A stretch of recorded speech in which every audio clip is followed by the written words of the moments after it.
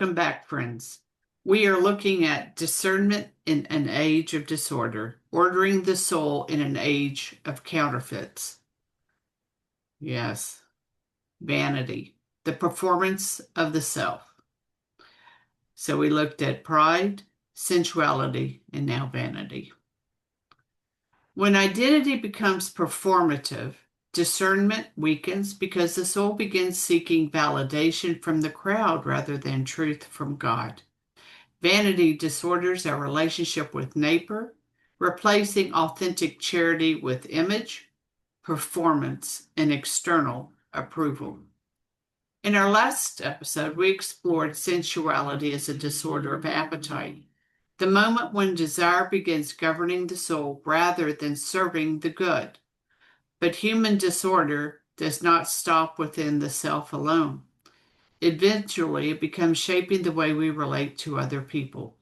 The soul becomes increasingly concerned not merely with satisfaction, but with appearance. Vanity is often misunderstood because we reduce it to superficial concerns about beauty or status. But the Christian tradition sees vanity much more deeply than that. Vanity is the temptation to construct the self through external approval. The soul begins performing rather than living truthfully. Modern culture intensifies this temptation constantly. Social media trains people to curate identity, measure worth through visibility, and seek affirmation through performance. Even suffering can become performative. Even morality can become performative. We begin presenting ourselves rather than offering ourselves. Christ warned repeatedly against this disorder. In the Gospel of Matthew, he speaks of those who perform acts of righteousness to be seen by men. The problem is not merely public action. The problem is the relocation of the heart. The soul begins seeking its center in applause, affirmation, attention, and visibility rather than in God. C.S. Lewis observed that pride and vanity are intensely competitive because each person's pride is in competition with everyone else's pride. Vanity traps the soul inside comparison. Peace becomes impossible because identity now depends upon reaction, visibility, and affirmation. When identity becomes performative, discernment weakens because the soul begins seeking validation from the crowd rather than truth from God. Vanity disorders our relationship with neighbor, replacing authentic charity with image, performance, and external approval. Joseph Piper warned that modern cultures increasingly destroys the contemplative foundation necessary for authentic human life. The result is a society constantly performing, reacting, consuming, comparing, yet rarely remaining interiorly still enough to encounter truth and honesty. St. Augustine described fallen humanity as becoming curved inward upon itself. Vanity intensifies this inward curvature because every relationship slowly becomes filtered through self-consciousness and performance. St. Thomas Aquinas taught that vainglory disorders human action by directing it toward external praise rather than toward the good itself. The saints understood something modern culture often forgets. Authentic charity does not constantly seek witnesses.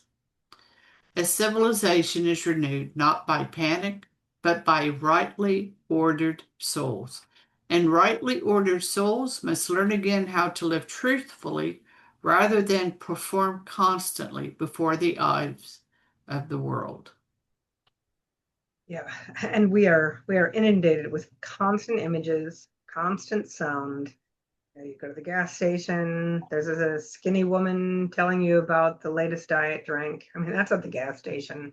You go to your grocery store and they're piping music in, and you go to a restaurant, even some of our high-end restaurants, and you're inundated with the television.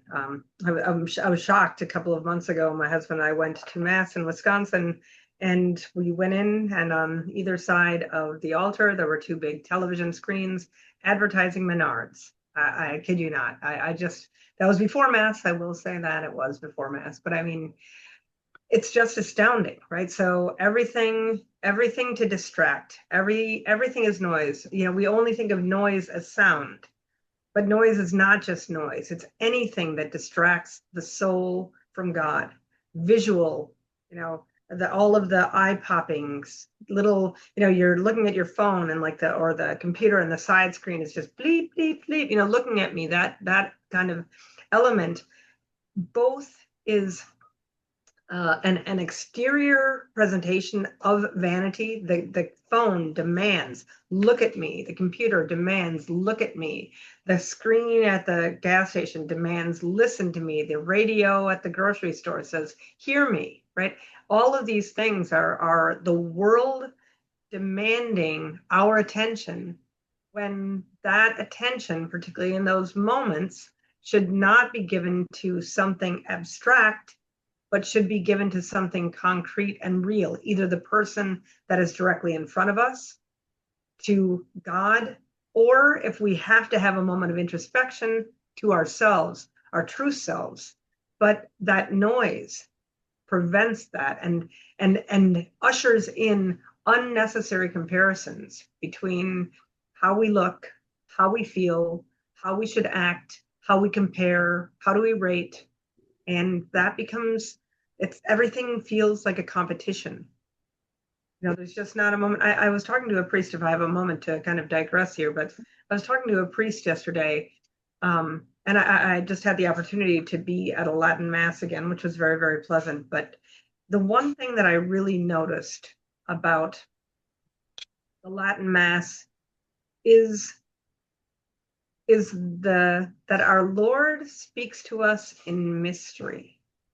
So all of the words that are thrown at us on the television screen, on the radio, from our phones, words either spoken, words that are written, we understand, quote unquote, all of them. And so we become inundated by them. But when you are put into the Latin Mass, our Lord allows the body itself to rest, so that he can communicate directly with the soul. We don't have to worry about understanding. We can enter into that comprehensive element of meditation and contemplation. And in that, the soul will settle itself, right? It'll take itself out of the worldliness. And I love the way that you drew those connections, right? Pride being a negation of truth, sensuality being a disordering of listening to the appetite rather than informing it, using it to inform ourselves. And then the sensuality that puts us into constant performance mode and competition with the other, which is not what we are called to. Instead of vanity, we are called to communion with one another. And that is a real sorrow when we become inundated by the things that stimulate us to performance instead of to communion with one another. Very good. That's very good. So, some journal questions. Where have I sought visibility more than truth? Where have I become performative rather than authentic? Where has comparison weakened charity or disturbed peace within my soul? Where have I allowed the approval of others to shape my identity more than the love of God? Let us pray. Lord Jesus Christ, free us from the temptation to live performatively before others. Quiet the restless need for approval, recognition, and comparison. Teach us to love sincerely, serve quietly, and remain rooted in truth rather than appearance. Restore simplicity within our hearts and integrity within our lives. May we seek not visibility, but faithfulness, not applause, but holiness. not performance, but love, rightly ordered towards you. In the name of the Father, and of the Son, and of the Holy Spirit. Amen. Till the next time, my friends, fides, Oratio.